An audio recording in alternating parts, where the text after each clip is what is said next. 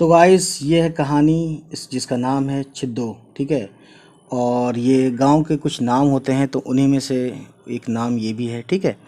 تو چلیے پھر اس کو پڑھتے ہیں، اور اس کو پڑھنے کے بعد آپ کو یہ فائدہ ہوگا کہ پورا چیپٹر آپ کو یاد ہو سکتا ہے اگر آپ دل سے سنیں، ٹھیک ہے۔ تو یہ کلاس 7 کی بک ہے NCERT اردو، ٹھیک ہے۔ چلیے پھر اس کو پڑھنا شروع کرتے ہیں۔ ایک چھوٹا سا لڑکا تھا، اس کا نام تھا چھدو۔ اس لڑکے کی عادت تھی کہ جب کسی کو کوئی کام کرتے دیکھتا تو جھٹ کہتا، میں بھی یہی کروں گا، میں بھی۔ بس دن بھر یہی میں بھی کرتا رہتا تھا۔ کبھی کھڑکی میں سے دیکھتا کہ کوئی سڑک پر گھوڑے پر سوار جا رہا ہے تو کہتا، میں بھی سوار ہوں گا۔ باغ میں کھیلنے جاتا اور جھاڑی میں سے کوئی چڑیا پھر سے اڑتی تو یہ کہتا، میں بھی اڑوں گا۔ اس کے گھر سے کچھ دور ایک تالاب تھا، اس کے کنارے کھیلنے جایا کرتا اور ننھی ننھی مچھلیوں کو پانی میں تیرتے دیکھتا تو کہتا، میں بھی تیروں گا۔ ایک دن ایسا ہوا کہ اس کے ماں باپ کہیں باہر گئے، بہن کسی کام سے کھیت پر گئی تھی، یہ گھر میں بالکل اکیلا تھا۔ ایک گھوڑا سفید جیسے براق اس کے سامنے آ کر کھڑا ہو گیا۔ گھوڑے پر ایک سنہرا خوبصورت زین کسا ہوا تھا۔ گھوڑا کچھ دیر تو گردن جھکائے کھڑا رہا، پھر اپنے دونوں اگلے پاؤں موڑ کر گھٹنوں کے بل جھک گیا اور چھدو سے کہا کہ آؤ بیٹھ جاؤ۔ پھر کیا پوچھنا تھا، چھدو تو مارے خوشی سے پھولے نہ سماتا تھا۔ جھٹ کود کر سنہرے زین پر بیٹھ گیا اور لگا چلانے کہ میں تو گھوڑے پر سوار ہو گیا، میں تو گھوڑے پر سوار ہو گیا۔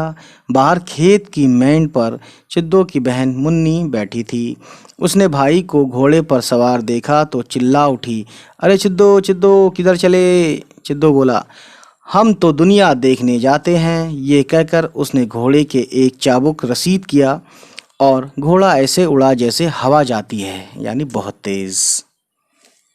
پہلے تو ایک بڑا سا میدان پڑا، اس پر گھوڑا سرپٹ دوڑتا ہوا نکل گیا۔ پھر ایک بہت اونچے پہاڑ پر چڑھا اور دوسری طرف سے اتر کر ایک گھنے جنگل میں پہنچا۔ جنگل ختم ہوا تو ہرے ہرے کھیت آئے، ہر طرف کھیتی لہلہا رہی تھی اور لال نیلے پھول کھلے ہوئے تھے۔ کھیتوں سے نکلے تو پھر ایک جنگل آیا، اس کے پیڑ سب بہت چھوٹے چھوٹے تھے اور ایسے گھنے کہ اس میں سے گزرنا مشکل تھا، مگر اس گھوڑے کے سامنے سب کچھ آسان تھا، اسے بھی طے کر لیا۔ پھر ایک ریت کی دیوار آئی، گھوڑا اس پر بھی چڑھا مگر پاؤں دھنس دھنس جاتے تھے، اس لیے تیزی ذرا کم ہو گئی۔ ریت کی دیوار خوب چوڑی تھی، اوپر پہنچے تو دیکھا کہ نیچے سمندر لہریں مار رہا ہے، جہاں تک نظر جاتی ہے پانی ہی پانی تھا، سب نیلا ہی نیلا۔ گھوڑے نے کہا، اب مجھ سے نہیں چلا جاتا، میں آگے نہیں جا سکتا، بس اب اترو میاں چھدو۔ چھدو نے کہا، واہ، میں تو اور آگے چلوں گا، اور آگے اور آگے۔ یہ سن کر گھوڑا اس زور سے اچھلا کہ میاں چھدو دھڑام سے آگے آن پڑے اور ریت کی دیوار پر سے ایسا لڑکے کہ سیدھے سمندر میں گر کر ڈبکیاں کھانے لگے۔ ایک لال سنہری مچھلی جلدی جلدی تیر کے اوپر آئی اور اس کی ٹانگوں کے بیچ میں آ کر ٹھہر گئی۔ چھدو کو ذرا سہارا ملا تو انہوں نے اپنا بدن اوپر کو اٹھایا اور کہا، آہا، میں تو پھر سواری کروں گا۔ مچھلی بولی، نہیں میاں، سواری نہیں کرو گے، تیرو گے۔ ہا ہا ہا ہا، تیروں گا، یہ تو اور بھی اچھا ہے۔ اب اس مچھلی کے سہارے چھدو میاں نے سمندر میں تیرنا شروع کیا۔ چاروں طرف سے ننھی ننھی چمکتی مچھلیاں آ آ کر جمع ہونے لگیں۔ چھدو کو تیرتا دیکھ کر انہوں نے ہنسنا اور ناچنا شروع کیا۔ ادھر سے دریائی چڑیوں نے ایک دوسرے سے چلا چلا کر کہنا شروع کیا، ارے ذرا دیکھو تو، ذرا دیکھو تو، چھدو کس مزے سے تیر رہا ہے۔ تیرتے تیرتے جب دور نکل گئے تو ایک جہاز ملا، جہاز پر چھدو کا باپ تھا۔ چاروں طرف چھدو کو دیکھتا اور ہر ایک سے پوچھتا تھا، بھائی، تمہیں تو دکھائی دیا ہمارا چھدو،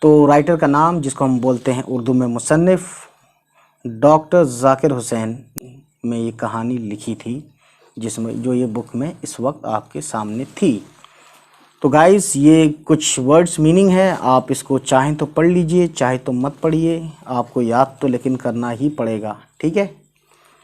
تو چلیے پھر نیکسٹ ویڈیو آئیں گے ہم ایکسرسائز کو لے کر، تب تک ہماری ساری ویڈیوز کو دیکھیں اور اپنے سبھی دوستوں سے اس کو شیئر کریں، ہمارے چینل کو سبسکرائب کرنا نہ بھولیں۔ ملتے ہیں پھر آپ سے، بائے بائے، ٹیک کیئر۔